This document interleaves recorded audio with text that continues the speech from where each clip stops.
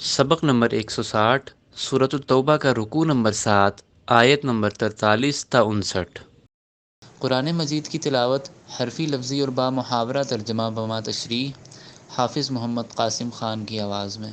بسم اللہ الرحمن الرحیم۔ عفى الله عنك لما أذنت لهم حتى يتبين لك الذين صدقوا وتعلم الكاذبين۔ عفى اللہ درگزر کر دیا اللہ نے، عن کا آپ سے، لما کیوں، اذنتا اجازت دی آپ نے، لہم ان کے لیے، حتیٰ یہاں تک کہ، یتبین واضح ہو جاتے، لکا آپ کے لیے، الذین وہ لوگ جو، صدقوا سچے ہیں، وتعلم اور جان لیتے آپ، الکاذبین جھوٹوں کو۔ پوری آیت۔ اللہ نے تو آپ سے درگزر کر ہی دیا ہے، آپ نے انہیں رخصت کیوں دی؟ یہاں تک کہ سچے لوگ آپ پر واضح ہو جاتے اور جھوٹوں کو بھی آپ جان لیتے۔ لا يستأذنك الذين يؤمنون بالله واليوم الآخر أن يجاهدوا بأموالهم وأنفسهم والله عليم بالمتقين۔ لا یستأذنک نہیں اجازت مانگتے آپ سے، الذین وہ لوگ جو، یؤمنون ایمان رکھتے ہیں، باللہ والیوم الآخر اللہ پر اور یوم آخرت پر، ان یجاہدوا کہ جہاد کریں وہ، باموالہم اپنے مالوں کے ساتھ، وانفسہم اور اپنی جانوں کے ساتھ، واللہ علیم بالمتقین اور اللہ جاننے والا ہے پرہیزگاروں کو۔ پوری آیت۔ جو لوگ اللہ اور یوم آخرت پر ایمان رکھتے ہیں وہ تو آپ سے اس بات کی رخصت نہیں مانگتے کہ وہ اپنے مالوں اور جانوں کے ساتھ جہاد کریں، اور اللہ پرہیزگاروں کو خوب جانتا ہے۔ انما يستأذنك الذين لا يؤمنون بالله واليوم الآخر وارتابت قلوبهم فهم في ريبهم يترددون۔ انما سوائے اس کے نہیں، یستأذنک اجازت مانگتے ہیں آپ سے، الذین وہ لوگ جو، لا یؤمنون نہیں ایمان رکھتے، باللہ والیوم الآخر اللہ پر اور یوم آخرت پر، وارتابت اور شک میں پڑے ہیں، قلوبہم ان کے دل، فہم سو وہ، فی ریبہم اپنے شک میں، یترددون بھٹک رہے ہیں۔ پوری آیت۔ صرف وہی لوگ آپ سے رخصت مانگتے ہیں جو اللہ اور یوم آخرت پر ایمان نہیں رکھتے اور ان کے دل شک میں پڑے ہوئے ہیں، سو وہ اپنے شک میں بھٹک رہے ہیں۔ وَلَوْ أَرَادُوا الْخُرُوجَ لَأَعَدُّوا لَهُ عُدَّةً وَلَكِنْ كَرِهَ اللَّهُ انبِعَاثَهُمْ فَثَبَّطَهُمْ وَقِيلَ اقْعُدُوا مَعَ الْقَاعِدِينَ۔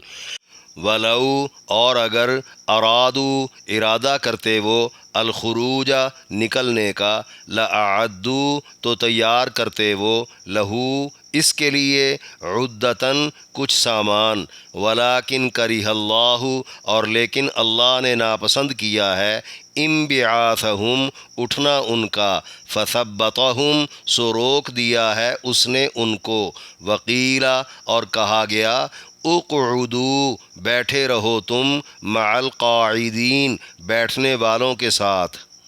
پوری آیت۔ اور اگر وہ نکلنا چاہتے تو کچھ سامان ضرور تیار کر لیتے، لیکن اللہ نے ان کا اٹھنا پسند ہی نہیں کیا، اسی نے انہیں روک دیا ہے اور حکم ہوا ہے تم بیٹھنے والوں کے ساتھ ہی بیٹھے رہو۔ لو خرجوا فيكم ما زادوكم إلا خبالا ولأوضعوا خلالكم يبغونكم الفتنة وفيكم سماعون لهم والله عليم بالظالمين۔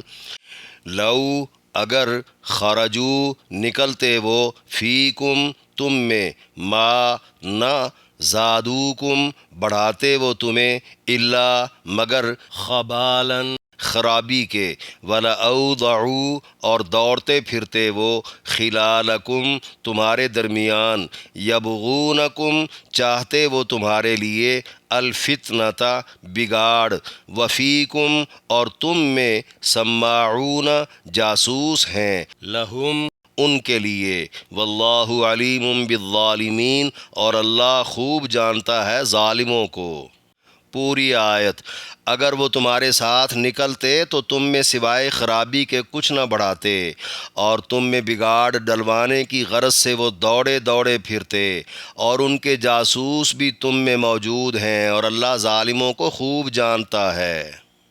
لقد ابتغوا الفتنة من قبل وقلبوا لك الأمور حتى جاء الحق وظهر أمر الله وهم كارهون۔ لقد ابتغوا البتہ چاہا تھا انہوں نے، الفتنة بگاڑ، من قبل پہلے سے، وقلبوا اور الٹ پلٹ کی انہوں نے، لکا آپ کے لیے، الامور تدبیریں، حتیٰ یہاں تک کہ، جاء الحق آن پہنچا حق، وظہر اور غالب آ گیا، امر اللہ اللہ کا فیصلہ، وہم اور وہ، کارہون ناپسند کرنے والے تھے۔ پوری آیت۔ وہ پہلے بھی فساد کے خواہاں رہے اور آپ کے لیے الٹ پھیر منصوبے بناتے رہے، یہاں تک کہ حق آن پہنچا اور اللہ کا حکم غالب آ گیا اور وہ ناخوش ہی رہے۔ وَمِنْهُمْ مَنْ يَقُولُ ائْذَنْ لِي وَلَا تَفْتِنِّي أَلَا فِي الْفِتْنَةِ سَقَطُوا وَإِنَّ جَهَنَّمَ لَمُحِيطَةٌ بِالْكَافِرِينَ۔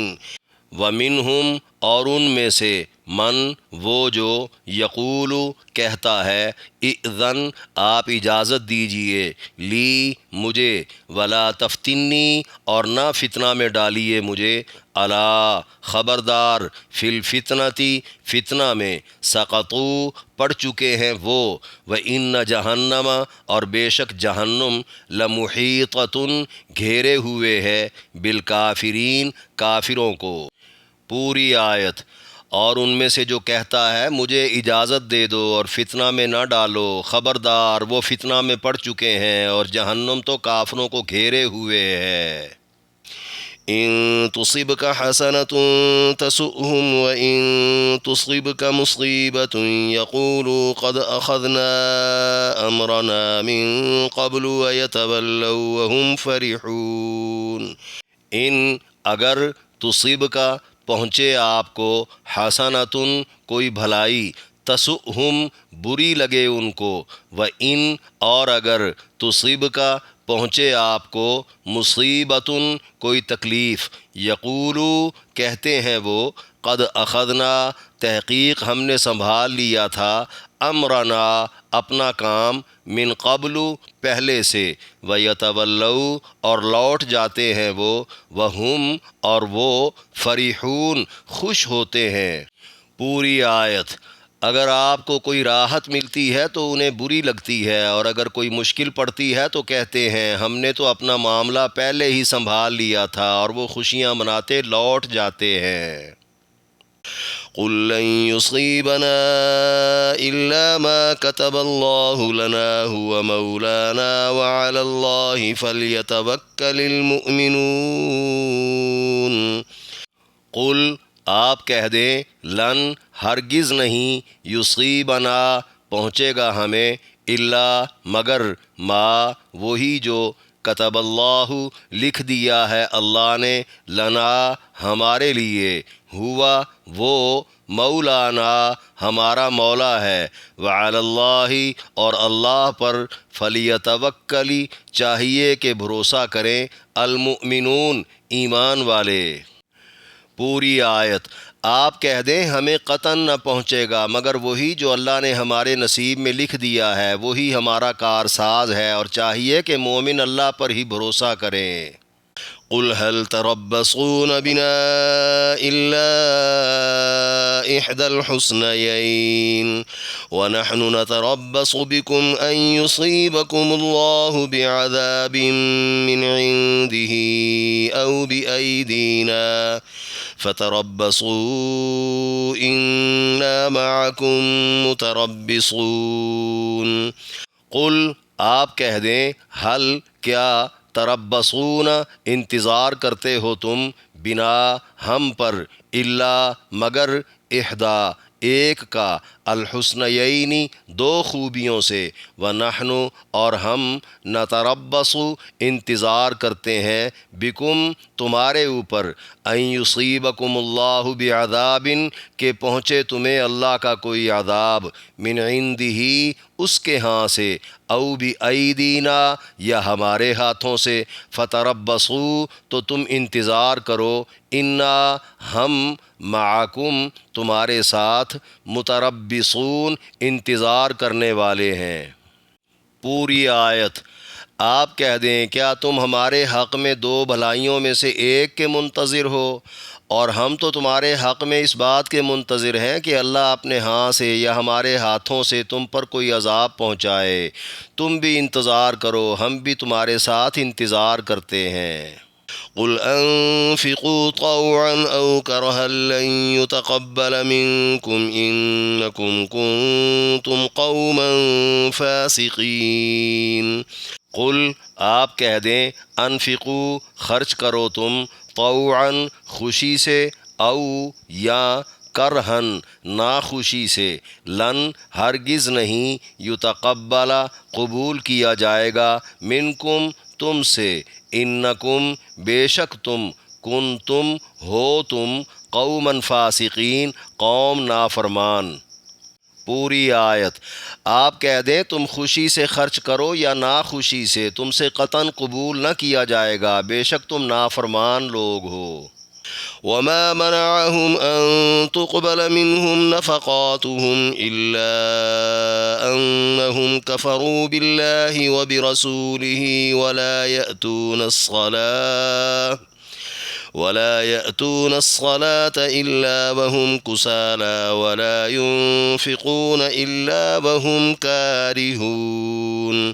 وما اور نہ، منعہم مانے ہوا ان سے، ان تقبلا کہ قبول کیا جائے، منہم ان سے، نفقاتہم ان کا خرچ، الا مگر، انہم یہ کہ وہ، کفروا منکر ہوئے، باللہ و برسولہ اللہ کے اور اس کے رسول کے، ولا اور نہیں، یأتون الصلاۃ آتے وہ نماز کو، الا مگر، وہم اور وہ، کسالى سستی سے، ولا اور نہیں، ینفقون خرچ کرتے وہ، الا مگر، وہم اور وہ، کارہون ناخوش ہوتے ہیں۔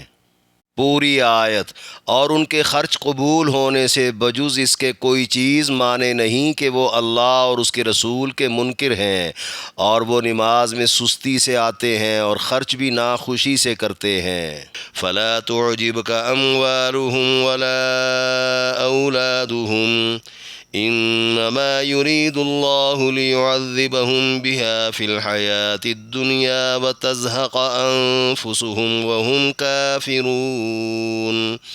فلا تعجب کا نہ تعجب کریں آپ، اموالہم ان کے مال پر، ولا اولادہم اور نہ ان کی اولاد پر، انما صرف یہی، یرید اللہ چاہتا ہے اللہ، لیعذبہم کہ عذاب دے وہ ان کو، بہا ان کے ساتھ، فی الحیات الدنیا دنیا کی زندگی میں، وتزہق اور نکالے وہ، انفسہم ان کی جانیں، وہم کافرون اور وہ کافر ہوں۔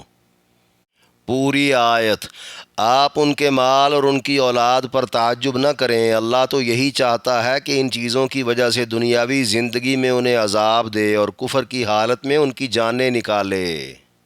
وَيَحْلِفُونَ بِاللَّهِ إِنَّهُمْ لَمِنكُمْ وَمَا هُمْ مِنكُمْ وَلَكِنَّهُمْ قَوْمٌ يَفْرَقُونَ۔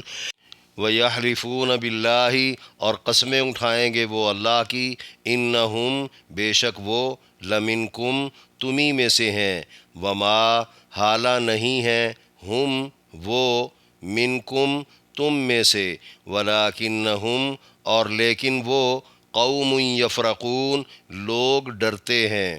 پوری آیت۔ وہ اللہ کی قسمیں اٹھائیں گے کہ وہ تمہیں میں سے ہیں، حالانکہ وہ تم میں سے نہیں ہیں، لیکن وہ ڈرتے ہیں۔ لو يجدون ملجأ أو مغارات أو مدخلا لولوا إليه وهم يجمحون۔ لو اگر یجدون پائیں وہ ملجأن کوئی جائے پناہ، او یا مغارات غاریں، او یا مدخلاً گھسنے کی جگہ، لولوا تو پھر جائیں وہ الیہ اس کی طرف، وہم اور وہ یجمحون رسیاں توڑاتے ہیں۔ پوری آیت۔ اگر وہ کوئی جائے پناہ یا غار یا پھر گھسنے کی جگہ پائیں تو وہ دوڑتے ہوئے ادھر کو پھر جائیں۔ وَمِنْهُمْ مَنْ يَلْمِزُكَ فِي الصَّدَقَاتِ فَإِنْ أُعْطُوا مِنْهَا رَضُوا وَإِنْ لَمْ يُعْطَوْا مِنْهَا إِذَا هُمْ يَسْخَطُونَ۔ وَمِنْهُمْ اور ان میں سے، من وہ جو، یلمزو کا طعن کرتا ہے آپ کو، فی الصدقات صدقات میں، فَإِن سو اگر، اعطو دیے جائیں وہ، منہا اس میں سے، رضو خوش ہو جائیں وہ، وَإِن لَّمْ اور اگر نہ، یعطو دیے جائیں وہ، منہا اس میں سے، اذا ہم اسی وقت وہ، یسخطون غصہ ہو جاتے ہیں۔ پوری آیت۔ اور بعضے ان میں سے وہ ہیں جو خیرات کے معاملے میں آپ پر طنز کرتے ہیں، اگر اس میں سے انہیں مل جائے تو راضی رہتے ہیں، اور اگر نہ ملے تو فوراً وہ ناراض ہو جاتے ہیں۔ وَلَوْ أَنَّهُمْ رَضُوا مَا آتَاهُمُ اللَّهُ وَرَسُولُهُ وَقَالُوا حَسْبُنَا اللَّهُ سَيُؤْتِنَا اللَّهُ مِنْ فَضْلِهِ وَرَسُولُهُ إِنَّا إِلَى اللَّهِ رَاغِبُونَ۔ وَلَوْ أَنَّهُمْ کیا ہی اچھا ہوتا اگر وہ، رضو راضی رہتے، ما اس پر جو، آتاہم اللہ دیا ان کو اللہ نے، ورسولہ اور اس کے رسول نے، وقالو اور کہتے وہ، حسبنا اللہ ہمیں کافی ہے اللہ، سیؤتینا اللہ عن قریب دے گا ہمیں اللہ، من فضلہ اپنے فضل سے، ورسولہ اور اس کا رسول بھی، انا الی اللہ بے شک ہم اللہ کی طرف، راغبون رغبت رکھنے والے ہیں۔ پوری آیت۔ اور کیا ہی اچھا ہوتا اگر وہ اسی پر راضی رہتے جو اللہ اور اس کے رسول نے ان کو دیا ہے، اور کہتے ہمارے لیے اللہ ہی کافی ہے، جلد اللہ ہمیں اپنے فضل سے دے گا اور اس کا رسول بھی، ہم تو اللہ ہی کی طرف رغبت رکھتے ہیں۔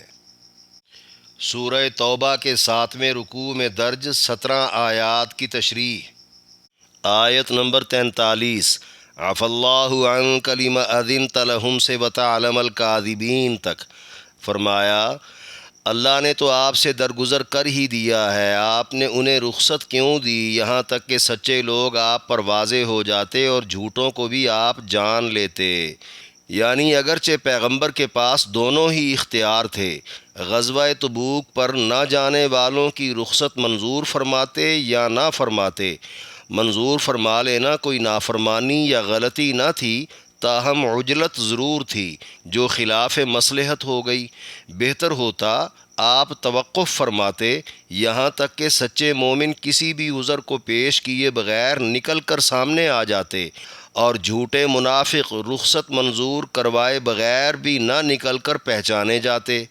ایک روایت کے مطابق منافق رخصت سے پہلے طے کر کے آئے تھے کہ اجازت نہ ملی تو تب بھی وہ نہیں جائیں گے، یوں ایک مرتبہ پھر وہ رخصت کی آڑ لے کر پردے میں چلے گئے۔ یا یہ مطلب ہے کس کا عذر سچا اور کس کا جھوٹا ہے یہ جاننے کے لیے سب کو ان کے حال پر چھوڑ دیتے۔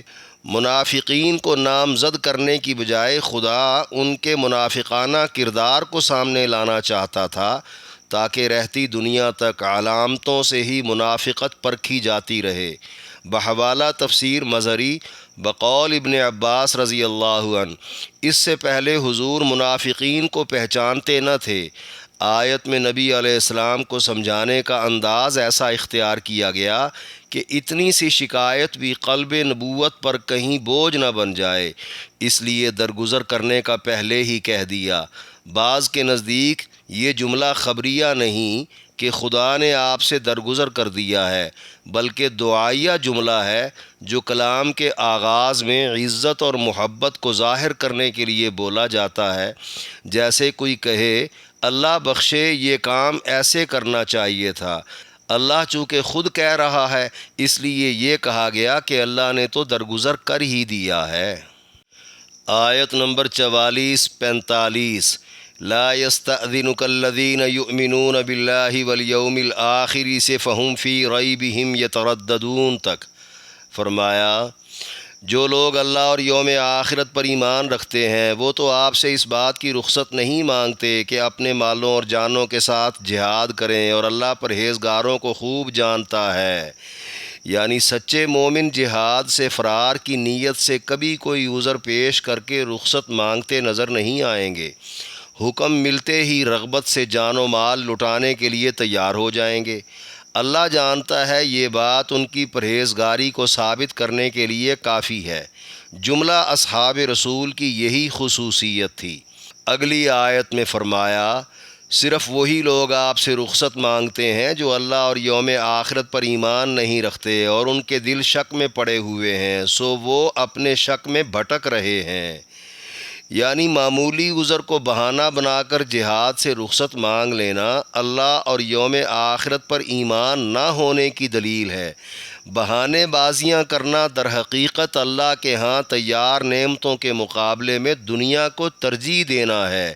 یہ وہی کرتے ہیں جن کے دلوں میں شک ہو۔ شک یا تو غیب کی باتوں پر ہے یا اللہ کے وعدوں پر ہے کہ مسلمانوں کو غلبہ ملتا بھی ہے یا نہیں۔ گویا فتح کے آثار نظر آئیں تو جہاد میں چلے گئے، اور اگر شکست کا اندیشہ ہو تو نہ گئے۔ منافق لوگ ہمیشہ اسی شک میں بھٹکتے رہتے ہیں۔ اس کا ایک مطلب یہ بھی ہے منافقین کو ہمیشہ شک رہتا ہے کہ مسلمانوں پر ان کا کفر کہیں کھل نہ جائے، جبھی تو وہ رخصتیں لیتے رہتے ہیں۔ آیت نمبر 46 وَلَوْ أَرَادُوا الْخُرُوجَ لَأَعَدُّوا لَهُ عُدَّةً سے وَقِيلَ اقْعُدُوا مَعَ الْقَاعِدِينَ تک فرمایا، اور اگر وہ نکلنا چاہتے تو کچھ سامان ضرور تیار کر لیتے، لیکن اللہ نے ان کا اٹھنا پسند ہی نہیں کیا، اسی نے انہیں روک دیا ہے اور حکم ہوا ہے تم بیٹھنے والوں کے ساتھ ہی بیٹھے رہو۔ یعنی غزوہ تبوک پر نہ جانے والوں کا منافق ہونا اس بات سے ظاہر ہوتا ہے کہ انہوں نے جانے کے لیے سفری یا جہادی سامان کی تیاری کیے بغیر ہی بارگاہ نبوت میں نہ جا سکنے کے عذر پیش کر دیے۔ معقول عذر تو وہ ہوتا ہے جو تیاریاں کرتے کرتے اچانک پیش آ جائے۔ اب ان کا یہ کہنا کہ معذور نہ ہوتے تو ضرور جاتے بالکل غلط ہے۔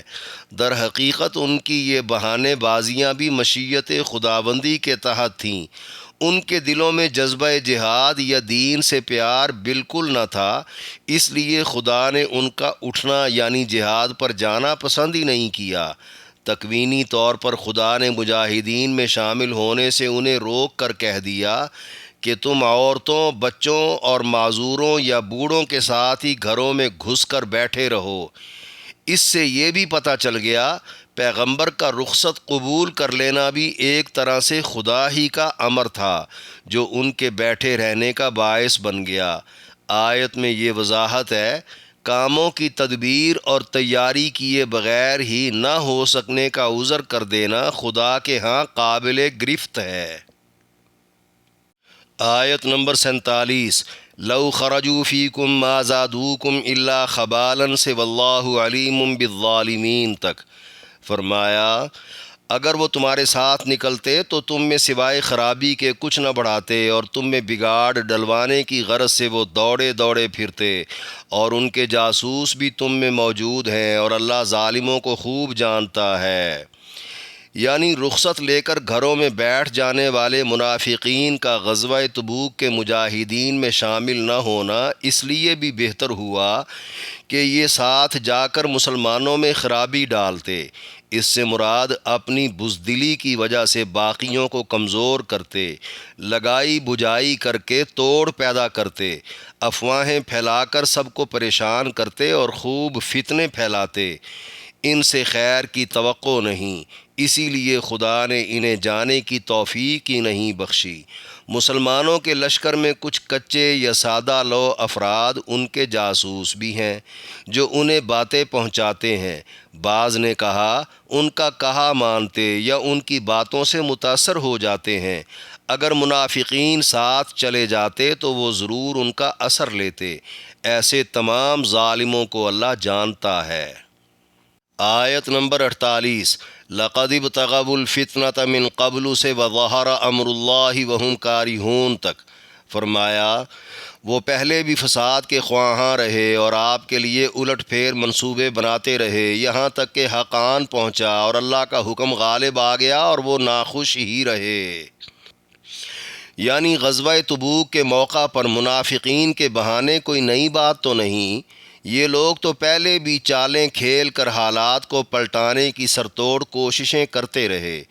پیغمبر جب مدینہ تشریف لائے تو مشرکین مکہ کے اکسانے پر یہ مسلمانوں کو وہاں سے نکالنا چاہتے تھے۔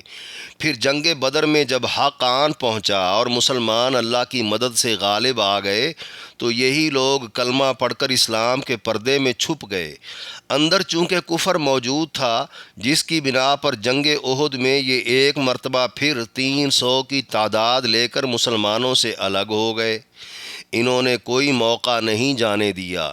جیسے جیسے فتوحات ہوتی گئیں اور اسلام پھیلتا گیا، یہ اندر ہی اندر کڑتے رہے۔ آیت نمبر 49 وَمِنْهُمْ مَنْ يَقُولُ ائْذَن لِّي سے وَإِنَّ جَهَنَّمَ لَمُحِيطَةٌ بِالْكَافِرِينَ تک فرمایا اور ان میں سے جو کہتا ہے مجھے اجازت دے دو اور فتنہ میں نہ ڈالو، خبردار وہ فتنہ میں پڑ چکے ہیں اور جہنم تو کافروں کو گھیرے ہوئے ہے۔ یعنی روم کی لڑکیاں خوبصورتی میں چونکہ مشہور تھیں، بعض منافقین نے یہ کہہ کر تبوک جانے سے معذرت چاہی کہ وہ کہیں لڑکیوں کے فتنے میں مبتلا نہ ہو جائیں۔ یہ بات جد ابن قیس نے کہی تھی کہ وہ عورتوں کے معاملے میں بڑا دل پھینک ہے، لہذا جا کر گناہگار نہیں ہونا چاہتا۔ گویا وجہ میں وہ اپنی پارسائی جتا رہے تھے، در حقیقت یہ لڑکیوں کے فتنے سے بچنا نہیں بلکہ جہاد سے فرار اور دین سے انکار کے فتنے میں مبتلا ہونا ہے۔ جہنم انہیں گھیر لے گی یا یہ جہنمی اعمال کے گھیرے میں ہیں۔ آیت میں وضاحت ہے، شرعی حکم کو خرابیوں کے بہانوں سے چھوڑا نہیں جا سکتا۔ آیت نمبر 50 ان تصبک حسنۃ تسؤہم سے ویتولوا وہم فرحون تک فرمایا اگر آپ کو کوئی راحت ملتی ہے تو انہیں بری لگتی ہے اور اگر کوئی مشکل پڑتی ہے تو کہتے ہیں ہم نے تو اپنا معاملہ پہلے ہی سنبھال لیا تھا، اور وہ خوشیاں مناتے لوٹ جاتے ہیں۔ یعنی منافقین اتنے کم ظرف ہیں، وہ اپنا شمار مسلمانوں میں رکھنے کے باوجود مسلمانوں کی خوشی پر کڑتے ہیں اور غمی پر بغلیں بجاتے ہوئے آپس میں کہتے ہیں ہم نے دور اندیشی سے اپنا بچاؤ پہلے ہی کر لیا ہے ورنہ ہم بھی نقصان اٹھاتے۔ آیت نمبر 51 قُل لَن يُصِيبَنَا إِلَّا مَا كَتَبَ اللَّهُ لَنَا وَعَلَى اللَّهِ فَلْيَتَوَكَّلِ الْمُؤْمِنُونَ تک فرمایا آپ کہہ دیں ہمیں قطعاً نہ پہنچے گا مگر وہی جو اللہ نے ہمارے نصیب میں لکھ دیا ہے، وہی ہمارا کارساز ہے، اور چاہیے کہ مومن اللہ پر ہی بھروسہ کریں۔ یعنی ہر تدبیر کے بعد اللہ پر توکل کا عقیدہ مسلمانوں کو بتا دیا جائے یا منافقین کو بھی سنا دیا جائے تاکہ وہ خود کو ہوشیار اور مسلمانوں کو بے وقوف نہ سمجھیں۔ نفع یا نقصان جو بھی اللہ نے مقدر میں لکھ دیا ہو وہ پہنچ کر رہے گا، کارساز صرف اللہ ہے۔ اللہ مسلمانوں کی خیرخواہی اور فائدہ دیکھتا ہے، جو کبھی تو راحتوں میں ہوتا ہے اور کبھی مصیبتوں میں، اس لیے مومنوں کا اللہ پر بھروسہ نہیں ٹوٹ سکتا۔ آیت نمبر 52 قل هل تربصون بنا الا احدى الحسنيين سے فتربصوا انا معكم متربصون تک فرمایا آپ کہہ دیں کیا تم ہمارے حق میں دو بلائیوں میں سے ایک کے منتظر ہو، اور ہم تو تمہارے حق میں اس بات کے منتظر ہیں کہ اللہ اپنے ہاں سے یا ہمارے ہاتھوں سے تم پر کوئی عذاب پہنچائے۔ تم بھی انتظار کرو، ہم بھی تمہارے ساتھ انتظار کرتے ہیں۔ یعنی ہمہ وقت مسلمانوں کا برا سوچنے والوں کو بتا دیا جائے نرم گرم حالتیں مسلمانوں کے لیے برابر ہیں، جیتنے پر غنیمت کے ساتھ اجر ہے، ورنہ شہادت پر بھی انعام اور جنت ہے۔ ان دونوں حالتوں میں مسلمانوں کی بھلائی ہے، جن میں سے ایک کا یعنی مارے جانے کا دشمن کو انتظار رہتا ہے۔ اس کے برعکس دشمن کی بھی دو حالتیں ہیں، جیتے یا ہارے۔ بوجہ کفر کے دونوں حالتوں میں عذاب ہے۔ عذاب اللہ کے ہاں سے آ جائے، خواہ دنیا میں ہو یا آخرت میں، ورنہ مغلوب ہو کر مسلمانوں کے ہاتھوں سے مارا جائے گا۔ یہ صورت عام کافروں کے لیے ہے۔ اگر منافق مراد ہوں تو مطلب ہوگا کفر ظاہر نہ کر کے نفاق کی حالت پر مرنا یا بے پردہ ہو کر ذلیل و رسوا ہو جانا۔ نتیجہ دونوں صورتوں میں اچھا نہیں۔ فریقین ایک دوسرے کے انجام کے منتظر ہیں، انجام کے اعتبار سے کون اچھا رہا۔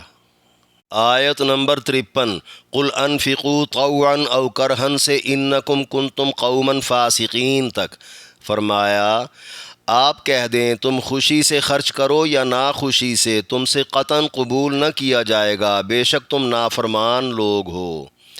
یعنی غزوہ تبوک میں نہ جانے والے منافقین میں سے جد ابن قیس وغیرہ کا یہ کہنا کہ حضرت مجھے چھوڑ دیں، میرا مال حاضر ہے، اسے جواب دیا جائے بوجہ کفر کے نافرمان لوگوں کی خیرات عند اللہ ہرگز قبول نہیں، یا یہ مطلب ہے منافقت کے پردے میں چھپے کافروں کا مال ہرگز نہ لیا جائے۔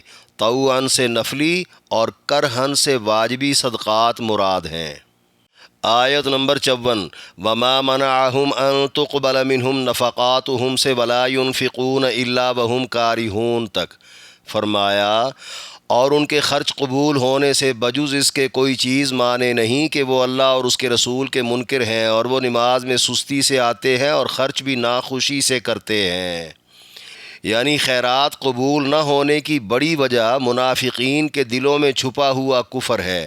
اس کفر کی دو علامتیں ہیں، ایک سستی سے نماز پڑھنا اور دوسری کراہت سے خرچ کرنا۔ دل میں اگر ایمان ہو تو ثواب کی امید اور عذاب کا ڈر ہوتا ہے، جس سے عمل میں جان آتی ہے۔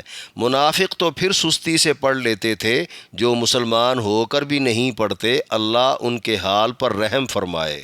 آیت نمبر 55 فلا تعجبک اموالہم ولا اولادہم سے وتزہق انفسہم وہم کافرون تک فرمایا آپ ان کے مال اور ان کی اولاد پر تعجب نہ کریں، اللہ تو یہی چاہتا ہے کہ ان چیزوں کی وجہ سے دنیاوی زندگی میں انہیں عذاب دے اور کفر کی حالت میں ان کی جانیں نکالے۔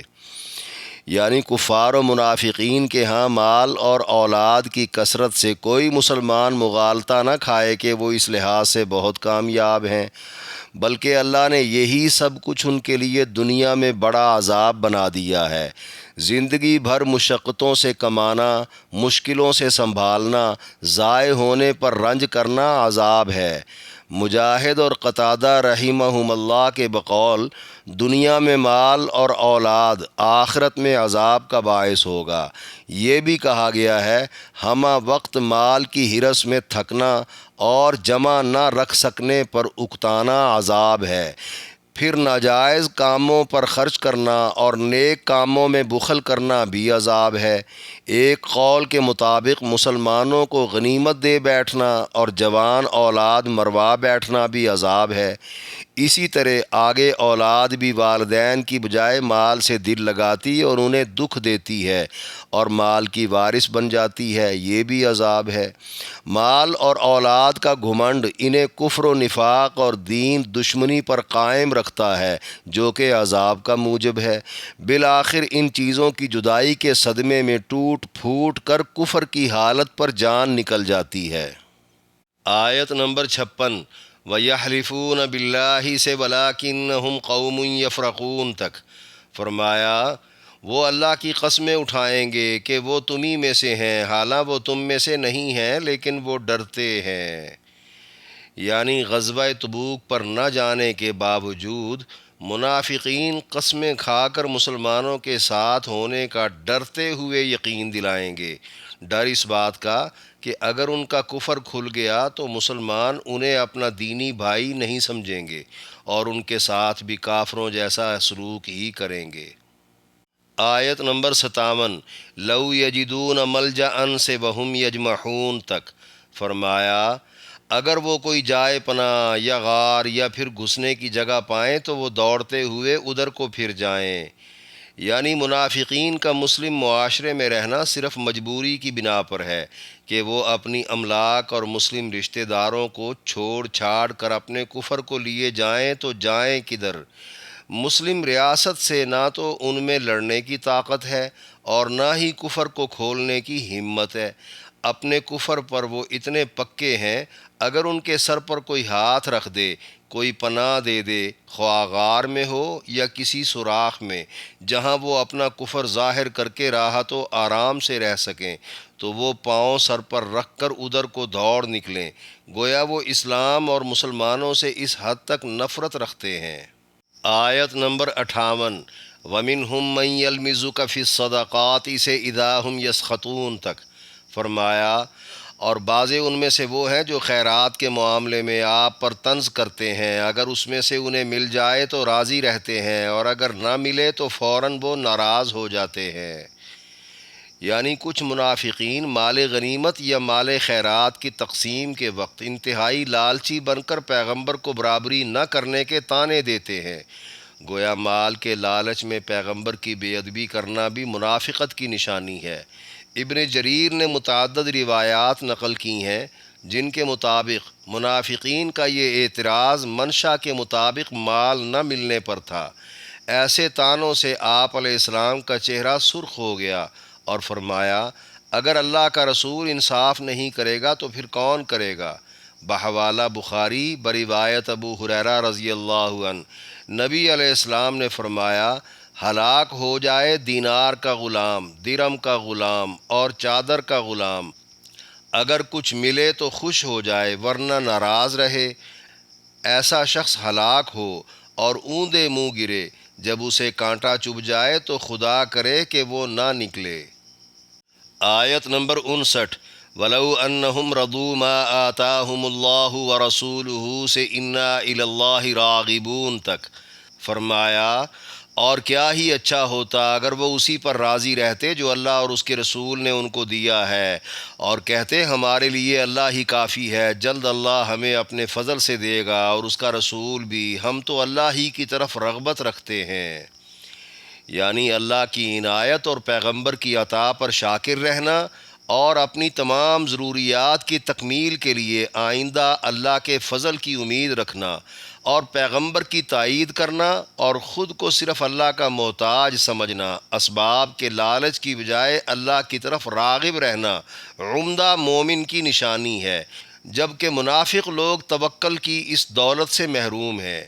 آیت میں وضاحت ہے پیغمبر اللہ کی مرضی کے بغیر نہیں چلتے، غنیمت یا خیرات کا جو حصہ جسے ملا ہے وہ خدا کی رضا کے عین مطابق ملا ہے، لہٰذا اللہ کے ہر حکم کی طرح پیغمبر کے ہر قول و عمل کی تائید بھی ضروری ہے۔